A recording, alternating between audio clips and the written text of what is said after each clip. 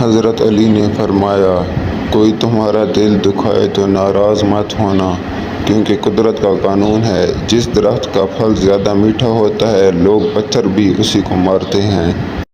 جس سے محبت کی جائے اس سے مقابلہ نہیں کیا جاتا۔ کسی کو پا لینا محبت نہیں بلکہ کسی کے دل میں جگہ بنا لینا محبت ہے۔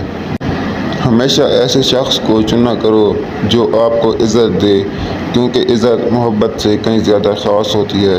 کبھی کسی کی اصلاح کے لیے اپنے آپ کو مت بگاڑو۔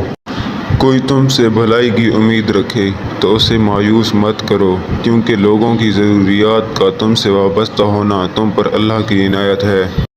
دوست کو دولت کی نگاہ سے مت دیکھو، وفا کرنے والے دوست اکثر غریب ہوتے ہیں۔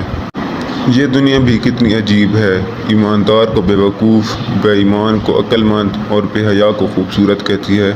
محبت سب سے کرو، لیکن اس سے اور بھی زیادہ کرو جس کے دل میں تمہارے لیے تم سے بھی زیادہ محبت ہے۔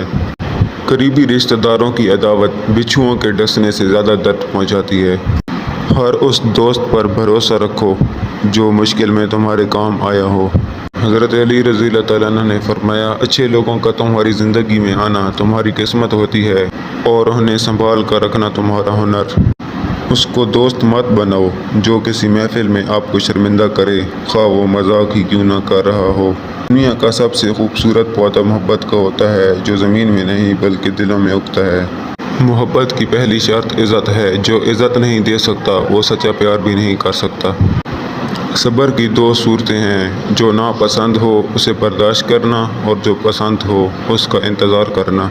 ان لوگوں کے کھونے سے ڈرو جن کے نزدیک دوستی کے رشتے خون کے رشتوں سے زیادہ عزیز ہوں۔ صبر دل ہلانے والی مصیبتوں کو آسان بنا دیتا ہے۔ غربت انسان کو اپنے ہی شہر میں اجنبی بنا دیتی ہے۔